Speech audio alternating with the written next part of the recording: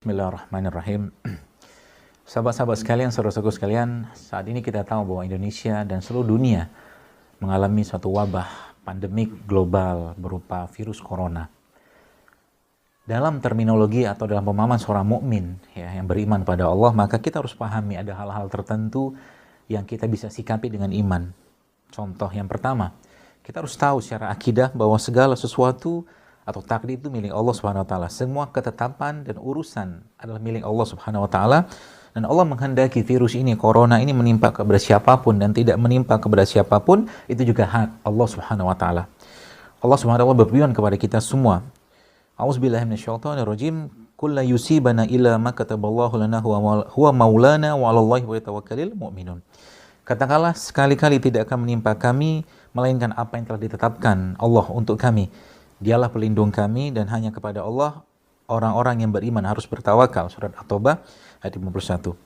Dan Nabi SAW juga bersabda dalam sebuah hadis, Allah menetapkan takdir untuk setiap makhluk sejak 50.000 tahun sebelum penciptaan langit dan bumi. Hadis riwayat Muslim. Yang kedua, kita harus pahami teman-teman sekalian bahwa Nabi SAW juga memberikan petunjuk kepada kita semua, yaitu Nabi mengajarkan untuk menjauh sejauh-jauhnya dari penderitaan yang terjangkit. Kata Nabi SAW sebuah hadis, larilah dari penyakit kusta seperti engkau lari dari singa. Mungkin ini tidak berlaku khususnya bagi tenaga-tenaga medis yang berada di garda depan. Semoga Allah lindungi mereka semua sesuai dengan kompetisinya dan atas izin dari pemerintah. Seperti halnya Nabi SAW pernah mengutus utusan kepada orang yang terkena kusta demi menyampaikan kabar bayat dari Nabi SAW. Mudah-mudahan Allah lindungi semua teman-teman yang menolong saudara-saudara kita yang lain yang saat ini terkena virus dan wabah ini. Yang ketiga, bila wabah itu telah menyebar, maka bersabarlah di tempat, jangan keluar. Dan yang dari luar jangan masuk ke dalam, yang mungkin inilah dikenal sebagai lockdown zaman sekarang. Dalam sebuah hadis riwayat Bukhari dan Muslim, Nabi SAW bersabda, apabila kalian mendengar wabah taun melanda suatu negeri, maka janganlah kalian masukinya. Apabila penyakit tersebut melanda suatu negeri sedang kalian di dalamnya, maka janganlah kalian keluar dari negeri tersebut. Itu pesan dan perintah Nabi SAW.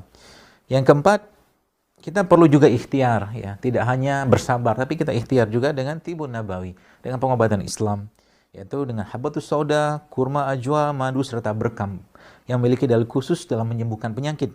Nabi SAW sebutkan dalam hayat, sesungguhnya pada habatus sauda terdapat obat untuk segala macam penyakit, kecuali kematian. Termasuk juga kita bisa gunakan saat ini air Zam-Zam.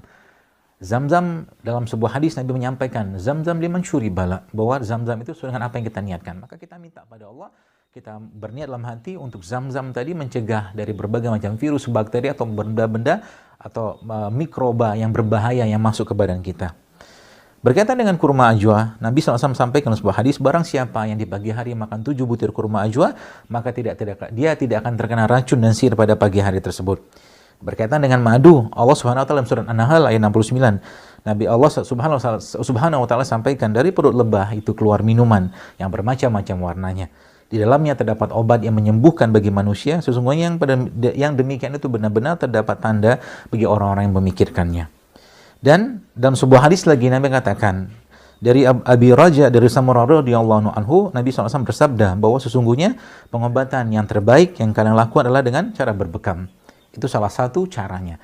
Dan kemudian kita memperbanyak doa dan zikir pada Allah SWT dengan sebuah doa yang mungkin sekarang lagi masyhur sekali doa tersebut, yaitu Allahumma inni a'udzubika minal baras wal junun wal juzam was sayyi'il asqam. Ya Allah, aku berlindung kepadamu dari penyakit kulit, gila, lepra, dan penyakit-penyakit yang buruk atau jelek lainnya. Kemudian juga di zikir pagi petang kita membaca Allah ma'afini fi badani, Allah ma'afini fi sam'i, Allah ma'afini fi basari. Ya Allah, sehatkanlah badanku, sehatkanlah pendengaranku, sehatkanlah penglihatanku, dan tidak ada yang sesembahan yang hak selain Engkau Subhanahu wa taala. Itu salah satu caranya. Dan mudah-mudahan informasi seperti ini membuat kita makin dekat pada Allah, bahwa sesungguhnya yang terjadi saat ini juga kehendak Allah Subhanahu wa taala. Maka kembalilah pada Allah, mari kita tingkatkan iman, ketakwaan kita kepada Allah, memperbanyak lagi sedekah, memperbanyak berbuat baik, memperbanyak juga zikir dan seterusnya. Banyak sekali amal ibadah yang kita bisa lakukan setiap hari. Dan mudah-mudahan dengan kebaikan atau amal ibadah tadi, Allah jauhkan negeri kita ini dari wabah ini, dan semoga Allah memberikan pesan atau hikmah yang besar dari keadaan wabah ini.